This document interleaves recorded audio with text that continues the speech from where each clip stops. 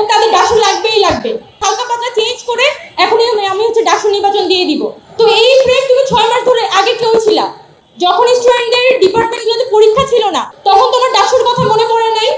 এখন যদি ক্যাম্পাস প্রশাসন সে শুধুমাত্র রাজনৈতিক বাস্তবতাগুলোকে দেখে ডাকসু হবে কি হবে না ঠিক করে, তাহলে আমার যথেষ্ট পরিমাণে সন্দেহ আছে যে এখানে যদি ভোট কাস্টিং হয় তাহলে এটা আদৌ ভোট রিগিং এর সম্ভাবনা বা ভোট চুরির সম্ভাবনা এখানে আছে কিনা। এবং এটা খুব ভালোভাবে আছে, কারণ প্রশাসন এতদিন পর্যন্ত যত ধরনের ব্যবস্থা নিয়েছে, যত ধরনের অ্যাক্টিভিটিস তারা দেখিয়েছে, কোনো অ্যাক্টিভিটিস থেকে মনে হচ্ছে না যে তাদের পক্ষে খুব বেশি গণতান্ত্রিক আচরণ করার ইচ্ছা তাদের মধ্যে আসলে আছে। 18 জুলাই রাষ্ট্র নামক যে কাঠামোটা, সেই কাঠামোটা কিন্তু ভেঙে পড়ে। তো টেকনিক্যালি জনগণ ছিল, তাকে তারা দখলদার এবং ফ্যাসিস্ট বলেই সরকারকে তারা দেশ ছাড়া করে। এটাই ছিল বাংলাদেশের তৎকালীন বাস্তবতা। রাষ্ট্র তো আসলে দিন শেষে বিশ্ববিদ্যালয় থেকে কিছু একটা চাইতে পারতে হবে, তাই না? কেন বিশ্ববিদ্যালয়কে আমরা বিশ্ববিদ্যালয় বলি? কারণ রাষ্ট্রের এই ইনস্টিটিউটগুলোর থেকে কিছু না কিছু পাওয়ার থাকে। যখন থেকে ঢাকা বিশ্ববিদ্যালয় জন্ম হয়েছে তখন থেকে কিন্তু এটাকে বেসিক্যালি একটা কেরানি তৈরির কারখানা হিসেবে ব্যবহার করা হয়েছে।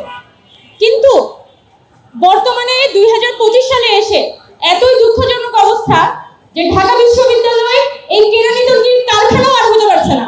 তার মানে ঢাকা ইউনিভার্সিটি তার যে 1921 সালে একটা কমিটমেন্ট ছিল, সে একটা কেরানি তৈরির কারখানা হবে, সেই কেরানিও সে এখন আর তৈরি করতে পারে না। এই ঢাকা ইউনিভার্সিটি মানেই হচ্ছে 1952 সাল, 66 সাল, 62 সাল, 69 সাল, 71 সাল।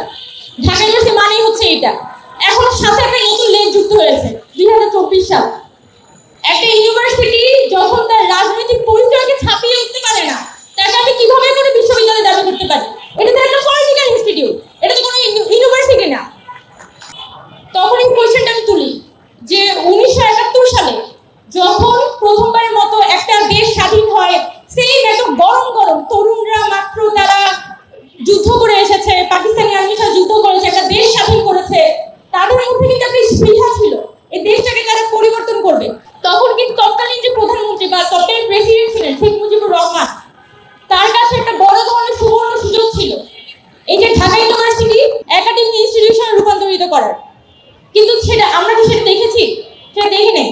বরং 73 সালে একটা ডাকসু নির্বাচন হয়, সেখানে ভোট মানে ব্যালট বাক্স শুধু তুলে নিয়ে চলে যায় নিজের প্রার্থীকে নির্বাচন করার জন্য।